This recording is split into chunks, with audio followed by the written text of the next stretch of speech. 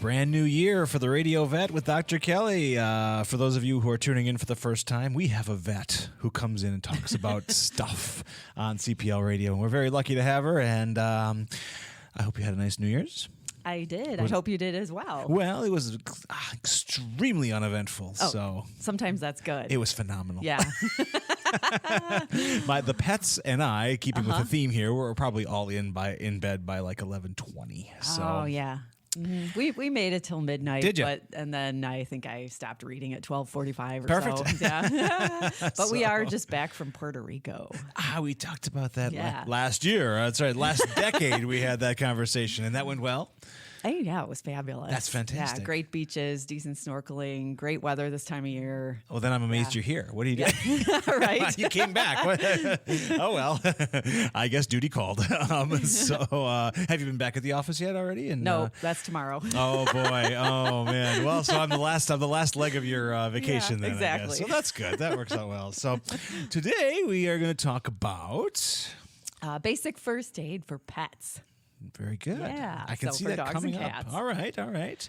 Yeah, so where do so we start with that Where one? should we start? How about with something like your dog or cat comes to you and they have a superficial cut Sure. that you notice because it's bleeding, or your dog was just outside and came in and is leaving little bloody footprints. Oh, boy. Or, Yeah. Jeez. Yeah, or you just, you saw something fall on them and they have a superficial cut that is bleeding. I'm an alarmist, so immediately I'd go off the rails. And that's the last thing you're supposed to do. I mean, keeping your head about you is probably for the best. So that's probably step one. Yeah, so if you can tell it's relatively superficial, meaning like less than I'm going to say centimeter deep. Sure.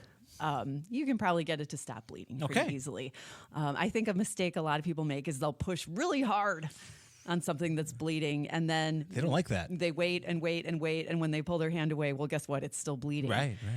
Because when you push really hard, the blood, you kind of blanch it, you push all the blood out, and when you push all the blood out and wait, a clot is not forming because the blood carries the platelets there to form the clot. Exactly, So yeah. you just push hard enough to make the bleeding stop, but not really hard. Right. That's a strange, yeah. Absolutely. But cuts should really be cleaned, and bleeding is the first step of cleaning. Right. The blood is washing it out on its own. Yeah. And if you don't have a super duper first aid kit with sterile saline in it, you can just use clean water. Okay. Preferably clean water. All right. Yeah. What I don't recommend is alcohol because it hurts. Yeah. And you may not get to do anything else to your pet if you put alcohol on a cut. They may just, avoid you, run away from you, not let you do anything else at that point. So just like if you had like a paper towel with medium soaked water and just kind of let it sit there and, Exactly. That's easy. One other thing. I can afford that. Yeah, exactly. If the cut is deep. Yeah. It's going to be very hard to get it to stop bleeding. And if you know it's dirty and you want to clean it out, do not use hydrogen peroxide on a deep wound. Oof, yeah. No. They Not won't only like that. not only may it bubble and sting and hurt, but something about hydrogen peroxide in deep wounds is that you can actually cause an air embolism with them. Oh, gosh. Yeah. Oh, man. Superficial cuts, you could use hydrogen peroxide and be totally safe. But if you're not sure, if it seems like, that could really be deep.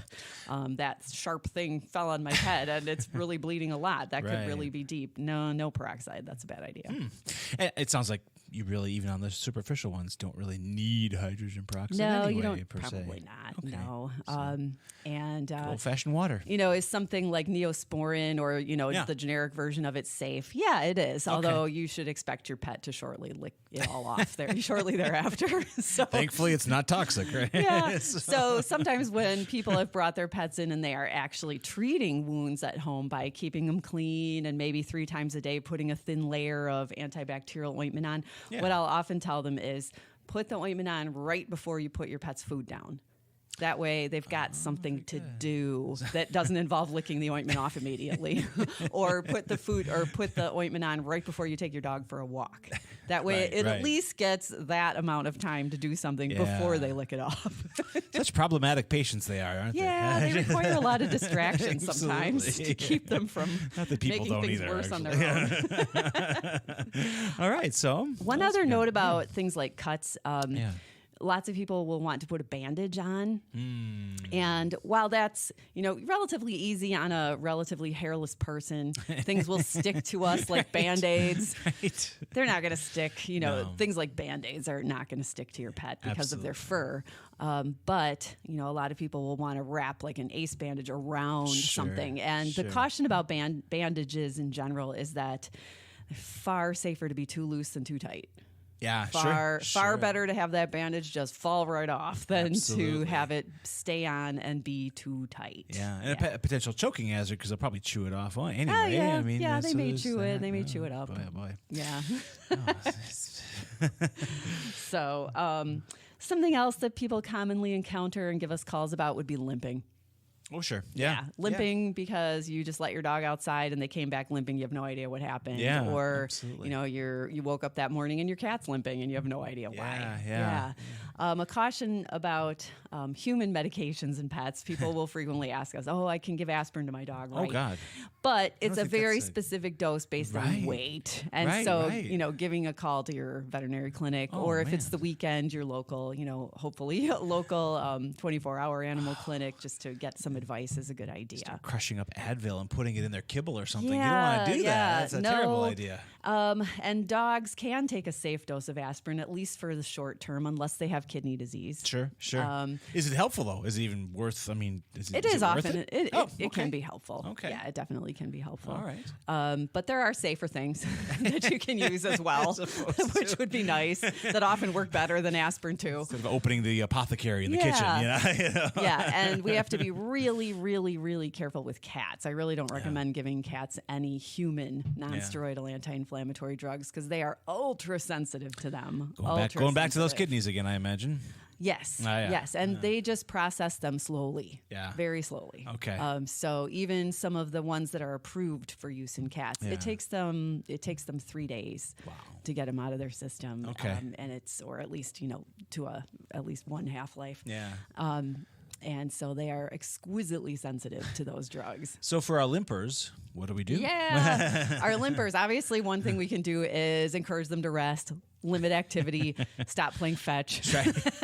I'm going to make them run it off. Exactly. Probably the wrong approach. And when you would definitely want to seek help is if it's been, say, more than 24, 48 hours and they're not showing any signs of improvement. Yeah. Or, in the early in the stages, if their limp is so painful that they're not eating.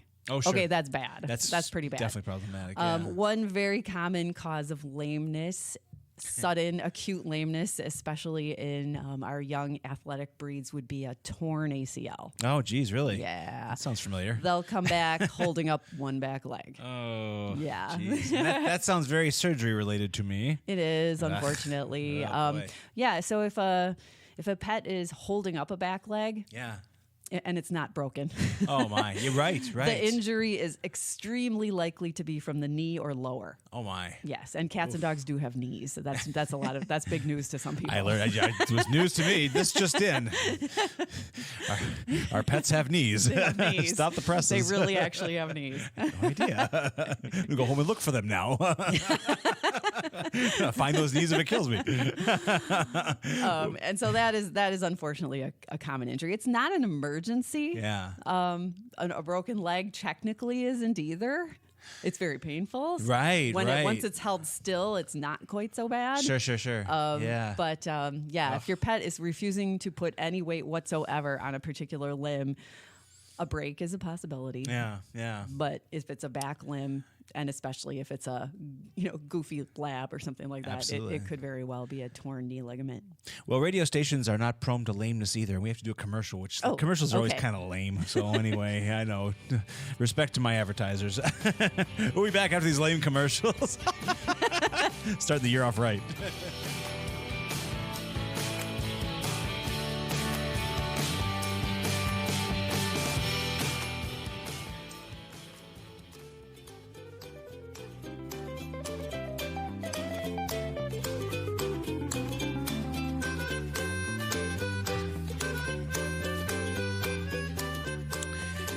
All right. Hopefully those commercials weren't too terribly lame. It's probably a lot of Home Depot and a lot of Lowe's. That's what our national advertisers throw at us. Anyway, you're listening to the Radio Vet with Dr. Kelly. We're talking about ways of kind of doing a little in-home veterinary care, Yes. kind of doing a union violation here. We're going to step on your territory a little bit. So I have a horror story for you. Oh, no. So we had a little tiny Chihuahua in the earliest days of my wife and our marriage, and this little girl who came from a breeder on Mill Road, actually, but it wasn't a puppy mill; it was just on Mill Road. So little like microscopic furry Chihuahua. She was very sweet, kind of feisty, but sweet little girl. She broke her leg one morning yes. chasing my other Chihuahua. Just running? Just running. Okay, She's kind of yeah. smacked, kind of got tangled up inside the kitchen table legs, I think, a little bit. yes. And so, boy, did she start letting out these horrible horrible. screams. I mean, Yes. just and it was like we picked up and it was like just dangling. Yeah, you There's can just kinda the tell. horror. It was Yeah. just awful. So we get her patched up. Get her to the vet, and they cast her up. It's front leg. It's a front, so an arm, I guess you would call it. I don't know. Yeah, it's an arm. An arm. And she loved it because she had this really thick cast, and Yeah. she was the dominant personality. So she used it negatively against our other Chihuahua, who was very passive. So she clocked him for about 8 weeks. She was very good with it. She booked. Yes. She was fast, and she bounced right. Yes. The cast comes off, and the leg was very thin and Yes. very because again it's not It's shriveled up. shriveled up exactly. It was kind of atrophied a little Well, bit. it was thin to begin with. Right, so- exactly. She was like a 4-pounder or 3-pound Yes. microscopic Chihuahua. Yes. Poor girl breaks it again like 3 days later. It was so bad. And then she was screaming twice as much because I'm sure it was like twice as painful. She rebroke it. She rebroke Probably it. in the exact same spot. Say- then. I would think so. Yeah. So another like 8 weeks in the no. cast, which again, it was worse for us than it was for her. no. But once she got the cast back on, she's like, "Oh, I'm going back now. I can hit my brother. do this I can again." hit my brother again." She was real happy about that. But I mean, I hadn't thought about that, so we started talking this morning. I sort of repressed that horrible thing. My wife and I were just devastated. We're like, "Oh, this poor little girl. It was just the worst." That's pretty long too. Like Sucked. 16 weeks. In Yeah. total. But again, yuck. she was totally down with it. She didn't really chew on it a lot. She was very good about it. But I really have to say bummer. I really like casts. I really prefer them Yeah. compared to splints. Okay. When I was in school, she had both. She had both yeah. the second time. She had both. Yeah. When I was in school, the big thing was all splints. I Okay. don't know why. Yeah. I was probably taught why. I don't remember why. But I have to say, I really like casts. Yeah. They seem to hold up better. Like, you don't have to have them. They can certainly get cast sores. Yeah. And they, will in Yeah. the first week or two of having one on. And you may have to have them back and like cut the cast a little bit or pat it more. Absolutely. Or It wasn't even- it wasn't make plaster. some minor changes to it. Yeah, it was a lot of gauze. They just used a ton. It wasn't really even a proper we cast. I have a Chihuahua right now in a fiberglass cast. There we go. But it's a back leg. Okay. Yes. Very good. And I think our immobilization as well as our the length of the cast was maybe a little too much because she's been in it for, I don't know, about 11 weeks now. And one of the bones, little metatarsals healed and the other one hasn't. So Okay. actually we sent her to a specialist to have some shockwave therapy done. Oh, good heavens. Yeah. Oh, my gosh. You need to get some force on those bones in order to kind of say, hey, Yeah. heal. Absolutely. Because I think that, there was too I think padded. our original cast exposed her toes so that she could put some weight directly on that foot Sure. and hence have a little bit of force going through those bones, which does help them heal. Dare I ask? And then she got cast sores on the top of her toes. So the second cast went past her toes. She walked only on the cast. Her toe, the bottom was open, but she was walking on, the Sure, just the- circumference, right. the outer ring. And so no actual force was going through her bones. Oh, and my. so I think that slowed her down a little bit. How'd she break it, if you don't mind my asking? A that door curious? closed on it. Oh, those Chihuahuas. I And tell boy, ya. did she scream. Oh, yeah, Chihuahuas have pipes. we're like, oh, it's a Chihuahua. They scream. Let's, we'll give her 20 minutes and we'll see. Oh yeah, it was actually broken. Still screaming. Well, 3 days later, it's a one It was long actually scream. broken. It was too Oh, bad. That's so sad. Yeah, Oh boy. it was. So okay, so what else you got on that roster, napkin roster of yours? There? A common occurrence for dog owners, not so much for cat owners, is to cut a toenail too short, and it bleeds and bleeds and bleeds and Sure. bleeds and bleeds and bleeds. Yeah. And bleeds. Yeah, right. Yeah, absolutely. And you put them in the bathroom or somewhere, and they're, leaving red footprints all over the place. Right. Sure. So what we need to do is to give the little vessel in the claw something to clot against. Okay. So first, calming the dog down. If they're running around, that's not going to help. Right. So getting them to be still, calm, and then sticking a little bit of cornstarch or flour Oh, on the interesting. tip of that nail. Like Okay. just hold a little something against it to soak up as much blood as you can, and then quickly dab cornstarch or flour, just so the platelets have something to clot against. Okay. Very interesting. Okay. And lowering their blood pressure if they're all excited can help too. And what you can do to try to accomplish that would be to feed them. Oh, sure. Feed them a sure. meal. Absolutely. Make more of their blood go to their intestines and Right. less to their brain, and their blood pressure will drop. And just like you eat a meal and you feel tired right afterwards. Yeah. Absolutely. In our house, we get out the sandwich meat. It's like, get the pastrami. It's they need to be calm. Eat a bunch of this Yep, exactly. so you can feel tired and stop running around on your broken nail. And they'll willfully come for another trim, I'm sure, after pastrami's at the end of it. So, interesting. I'm surprised that doesn't happen more often to us because my wife is in charge of.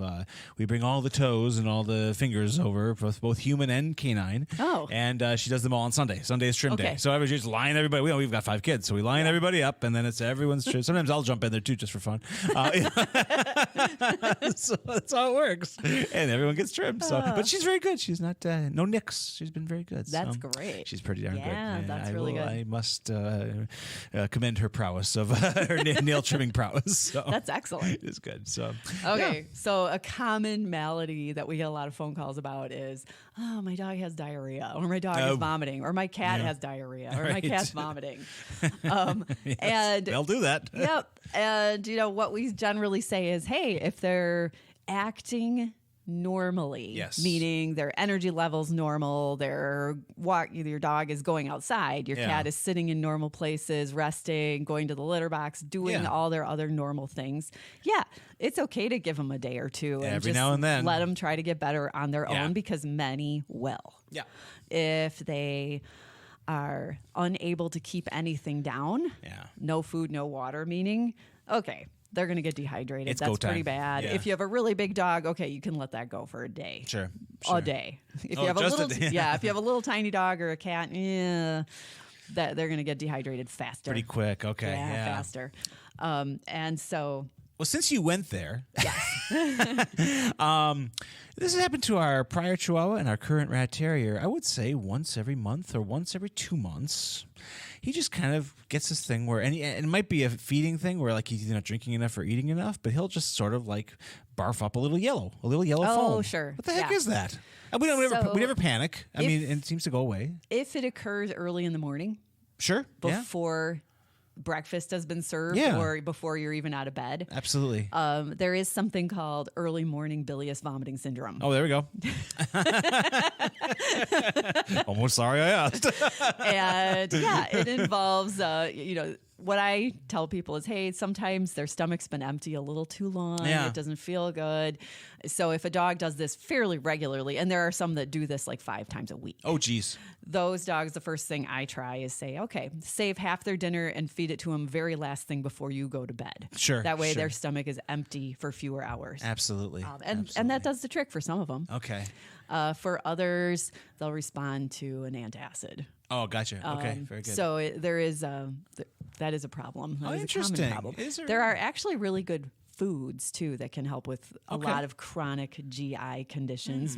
just like us, just like humans. Yeah, that are made very successful and made for pets who have various chronic GI problems. So Well, we have. I mean, our Rat Terrier. Mm-hmm. He has, and I mean, we call that jokingly, but it's kind of accurate. He's kind of has an eating disorder. He has to be told that to eat, because we've had other dogs, and so sometimes he would lash out when it was feeding time. Oh, sure. So he got in trouble for that a little bit, which was not accurate either, unfortunately, because it was like, so now we feed the people, we feed the other dogs separately, but He won't eat unless now I'm in the room telling him he's a good boy and he can eat. It's weird. And I have to kind of keep coaxing him. You should probably record that It's kind so of that when you travel, you'll still eat. Thankfully, I never travel.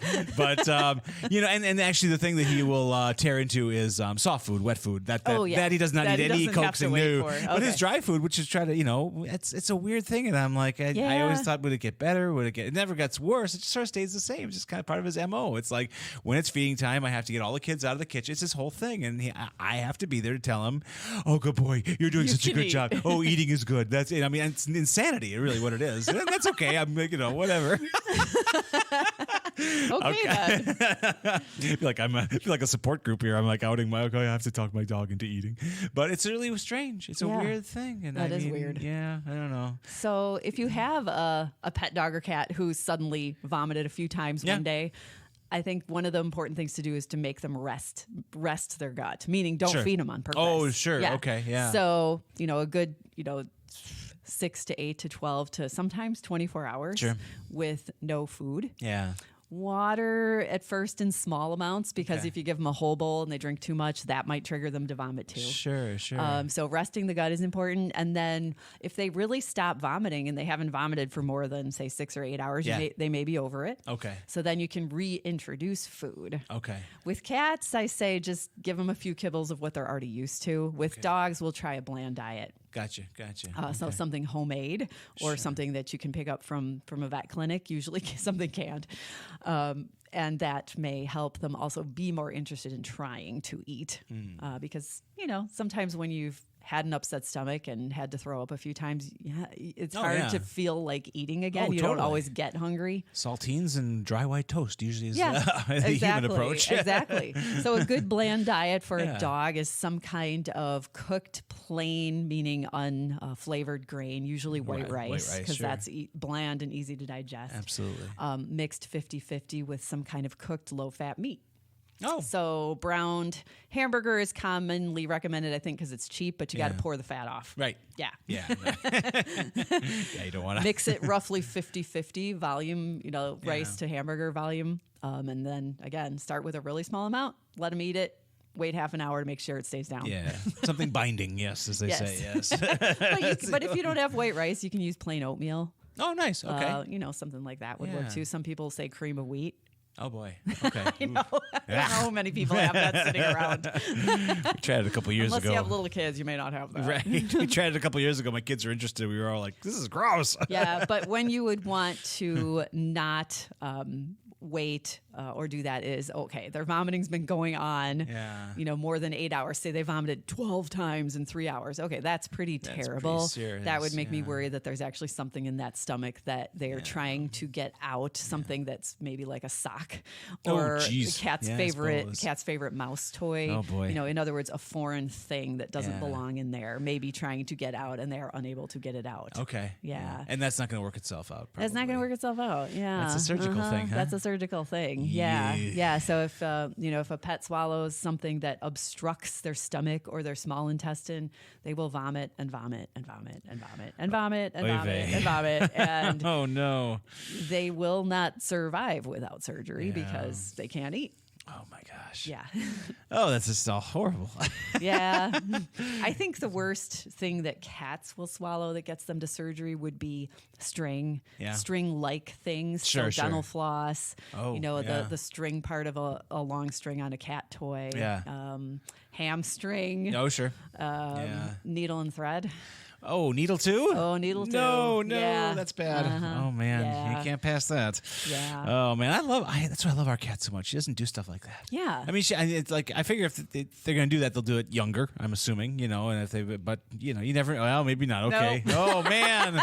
I was trying to be optimistic here, trying to paint a rosy picture. But some cats, we talked a few episodes ago about how cats and dogs don't necessarily learn from Right. having something bad happen to them. Right, right. We've had the same cat in surgery 4 different times for foreign stuff. Oh. And, up to age 14. That's the price. That's the price of a used car.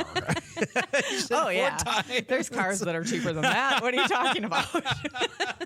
Depends on the mileage, just like the cat. Oh, the horror. Anyways, any other points on there? One other point would be if your dog is it or your dog or cat is having any of these GI symptoms and they're not still acting like la la la, I'm fine, except I have to puke or have diarrhea every Right. few hours.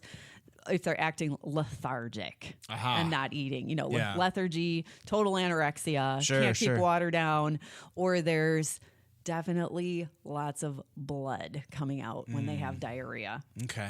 then those would be reasons not to wait. Get on the horn. Yeah, absolutely. You know where to find Dr. Kelly. Right. Wow. Well, these are all good. These are good pointers for the beginning of the year, and good to be reminded of that stuff too. That's why we do this show. So there we go. All right. Well, thank you for coming in, and Happy New Year. Happy New Year. And we'll see you next week.